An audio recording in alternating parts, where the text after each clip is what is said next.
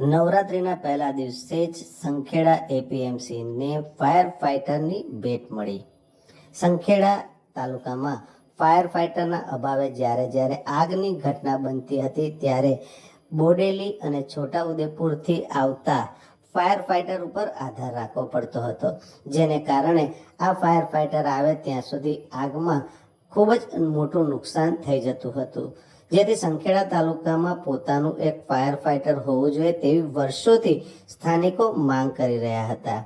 છોટાઉદેપુર જિલ્લા પંચાયતના પ્રમુખ મલકાબેન પટેલ, જે સંખેડા તાલુકાના ભાટપુર ગામના છે, તેઓએ ખૂબ જ પ્રયાસ કરી અને સંખેડા તાલુકામાં એક ફાયર ફાઇટર મળે તે દિશામાં છેલ્લા ઘણા સમયથી પ્રયાસ કરી રહ્યા હતા અને આ પ્રયાસોની ફળશ્રુતિ સ્વરૂપે સંખેડા એપીએમસીને 48 લાખ રૂપિયાના ખર્ચે લવાયેલ નવીન ફાયર ફાઇટરની ભેટ અપાઈ। નવરાત્રિના પહેલા નોરતે જ છોટાઉદેપુર જિલ્લા પંચાયત અને સંખેડા એપીએમસી વચ્ચે આ ફાયર ફાઇટર આપવા માટેનું એમઓયુ કરાયું હતું।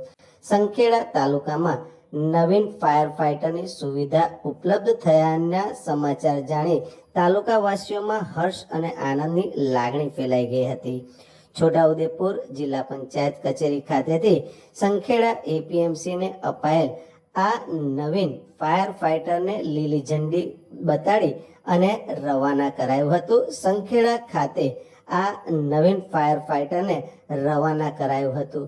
આ અંગે છોટાઉદેપુર જિલ્લા પંચાયત પ્રમુખ મલકાબેન પટેલે પ્રતિક્રિયા આપતા જણાવ્યું હતું કે આજરોજ 22/9/2025ના રોજ આજથી શરૂ થતા મા અંબાના નવરાત્રિની પણ આપના માધ્યમથી હું સૌ જિલ્લાવાસીઓને સૌપ્રથમ તો શુભેચ્છાઓ પાઠવું છું। આજના પ્રથમ નવરાત્રિના શુભ દિવસે જિલ્લા પંચાયત છોટાઉદેપુર દ્વારા અગ્નિશામક ટેન્કરનું આજરોજ અહીંથી લોકાર્પણ કરવામાં આવ્યું છે। આ અગ્નિશામક ટેન્કર જે છે એ સંખેડા એપીએમસીને આજરોજ સુપ્રત કરવામાં આવે છે। છોટાઉદેપુર જિલ્લાની અંદર અવારનવાર જે આગના જે કિસ્સાઓ બને છે તો એને નિવારવા માટે આજરોજ અહીંથી જિલ્લા પંચાયત છોટાઉદેપુરથી સંખેડા એપીએમસીને સુપ્રત કરવામાં આવે છે। આ પ્રસંગે આજના શુભ દિવસે સૌ જિલ્લાવાસીઓને આ એક નવરાત્રિના દિવસે શુભ ભેટ મળવાની છે।